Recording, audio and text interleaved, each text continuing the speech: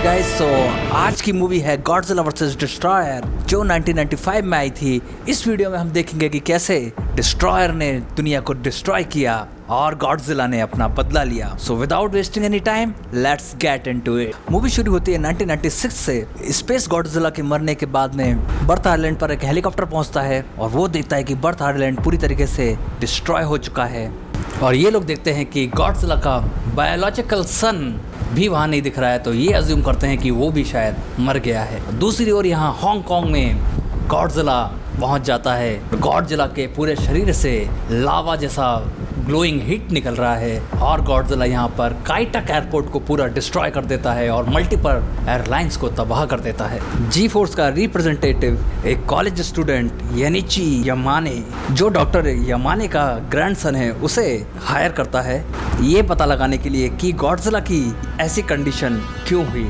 और गॉडजिला को हुआ क्या है कि उसमें से लावा निकलने लगा। यमाने सस्पेक्ट करता है कि गॉडजिला की radio activity out of control हो गई है, जिसके कारण गॉडजिला जल्द ही फट जाएगा और अपने साथ साथ इस दुनिया को भी ले जाएगा।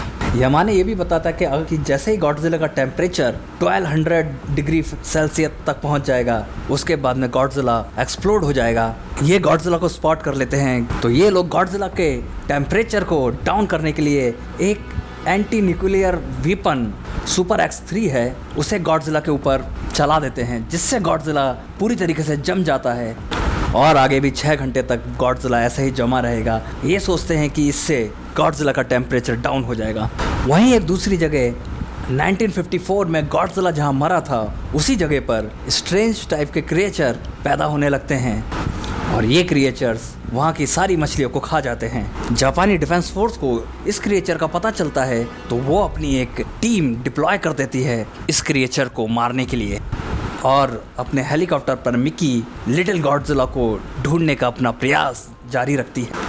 अब जापानी डिफेंस फोर्स एक कंटेनमेंट में पहुंच जाती है। यहीं पर नए पैदा हुए क्रिएचर्स जमा हैं और इनकी डिफेंस आर्मी उन क्रिएचर्स को मारने की कोशिश करते हैं और यहाँ पर डिफेंस फोर्स पूरी तरीके से इन अजीब से क्रिएचर्स को मारना चाहती है, लेकिन ये क्रिएचर्स भी उनको बड़ी टक्कर दे रहे हैं और आखिरी में डिफेंस फोर्स इनमें से कुछ क्रिएचर्स को जलाकर मार देती है। मिक्की अपनी मेंटली कम्युनिकेशन पावर के कारण लिटिल गॉडजिला को कोस्ट ऑफ क्यूशू के पास में ढूंढ लेती है, लेकिन अब लिटिल गॉडजिला लिटिल नहीं रह गया। ये रेडिएशन के कारण बड़ा हो चुका है और अब इसे गॉडजिला जूनियर का नाम दे दिया जाता है। मिक्की गॉडजिला जूनियर को जिंदा देखकर काफी खुश होती है। जापानी डिफेंस के ऑफिस में अब इन्हें ये पता चलता है कि गॉडजिला का टेम्परेचर फिर से बढ़ने लगा है और अगर ये टेम्परेचर 1200 डिग्री तक पहुंच गया तो गॉडजिला एक न्यूक्लियर बम जैसा फट जाएगा और इससे पूरी दुनिया तबाह हो जाएगी। इन्हें ये भी पता चलता है कि गॉडजिला जूनियर वापस अपने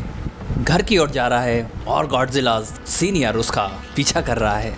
वहीं दूसरी ओर शहर में पूरी फोर्स तैनात हो चुकी है ताकि किसी भी क्रिएचर को दिखते से ही उस पर अटैक किया जा सके और यहाँ पर ये छोटे छोटे क्रिएचर्स पहुँच जाते हैं जो अब तादाद में ज़्यादा हो चुके हैं और मिलिट्री इन पर अटैक करना चालू करती है, लेकिन ये क्रिएचर उनके अटैक से बचते हुए एक कंटेनमेंट के अंदर पहुंच जाते हैं और इस कंटेनमेंट के अंदर ये सब क्रिएचर आपस में मिल जाते हैं और एक बड़ा जायंट क्रिएचर बन जाते हैं और इस बड़े क्रिएचर को डिस्ट्रॉयर कहते हैं।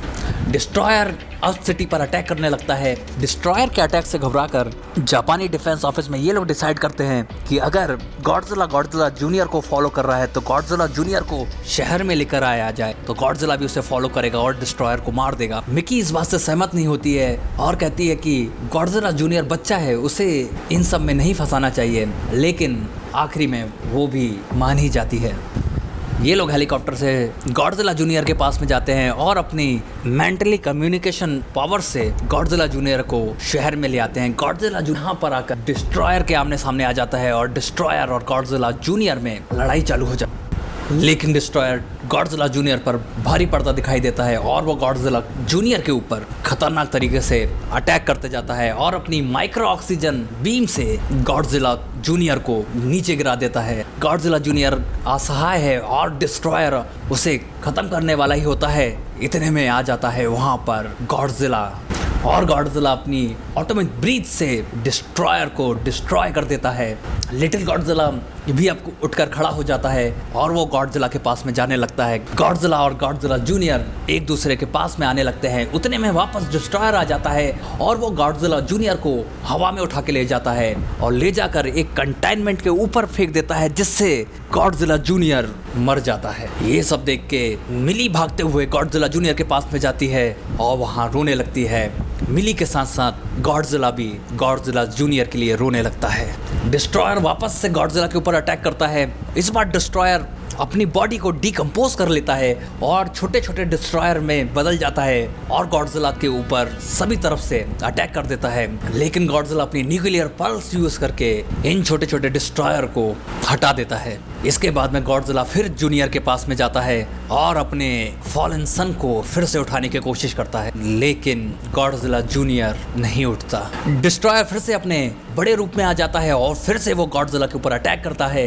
गॉडजिला का टेम्परेचर लगातार बढ़ता जा रहा है, जिससे जापानी डिफेंस भी काफी परेशान है। तो वो super X3 weapons battle scene के पास में भेज देती है ताकि अगर गॉडजिला एक्सप्लोड हो तो ये वेपन के जरिए से वो दुनिया को बचा सके। गॉडजिला और डिस्ट्रॉयर में बहुत ही खतरनाक लड़ाई हो रही है, चारों तरफ आग ही आग है। इसी बीच में मिलिट्री डिसाइड करती है कि वो डिस्ट्रॉयर के ऊपर अटैक करेंगे और वो डिस्ट्रॉयर के ऊपर अटैक करते हैं, जिससे डिस्ट्रॉयर के विंग्स डैमेज हो जाते हैं, जिससे डिस्ट्रॉयर ऊपर से नीचे की ओर गिरता है और नीचे गिर के मर जाता है। इसके बाद में जापानी डिफेंस गॉडजिला के ऊपर कोल्ड वेपन का यूज करती है, जिससे गॉडजिला का टेम्परेचर कम हो और गॉडजिला को बचाया जा सके। वो गॉडजिला को पूरी तरीके से बर्फ से ढक देते हैं, लेकिन गॉडजिला का टेम्परेचर 1200 फ़ारेनहाइट तक पहुंच जाता है और गॉडजिला एक्सप्लोड हो जाता है। जापानी डिफेंस के वेपन्स के कारण गॉडजिला के एक्सप्लोड से दुनिया बच जाती है, लेकिन ये लोग गॉडजिला को नहीं बचा पाते।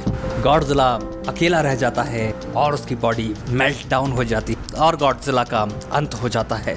थोड़े टाइम बाद में जब स्मोक हटता है तब ये सब वहाँ पर देखते हैं कि दूर कहीं एक क्रिएचर खड़ा हुआ है और ये क्रिएचर होता है गॉडजिला जूनियर, जो अब रिवाइव हो चुका है। गॉडजिला खुद तो मर गया, लेकिन मरते मरते अपनी पूरी रेडिएशन एनर्जी वो गॉडजिला जूनियर को दे गया और ये गॉडजिला का फाइनल गिफ्ट था अपने बेटे गॉडजिला के लिए। गॉडजिला खुद तो मर गया, लेकिन वो अपने बेटे की जान बचा गया और गॉडजिला जूनियर रोर करता है और अब गॉडजिला जूनियर गॉडजिला बन गया है और अपने फादर की लेगेसी बढ़ाने की पूरी तरह से तैयार है। और इसी के साथ में ये मूवी खत्म हो जाती। 1995 में Godzilla versus destroyer Godzilla series की 22nd इंस्टॉलमेंट थी और हेंसेई सीरीज की 7वीं इंस्टॉलमेंट थी और ये मूवी गॉडजिला सीरीज की एक क्लासिक मूवी थी और इस क्लासिक की कहानी आज हमने जानी। And I hope Godzilla junior और डिस्ट्रॉयर को हम हमारे चल रहे मॉन्स्टरवर्स में भी जल्दी देखें। सो गाइस, आपको ये वीडियो कैसा लगा मुझे कमेंट करके बताएं। सो फिलहाल इस वीडियो में कितना ही, मिलते हैं नेक्स्ट वीडियो में। जब तक के लिए टेक केयर।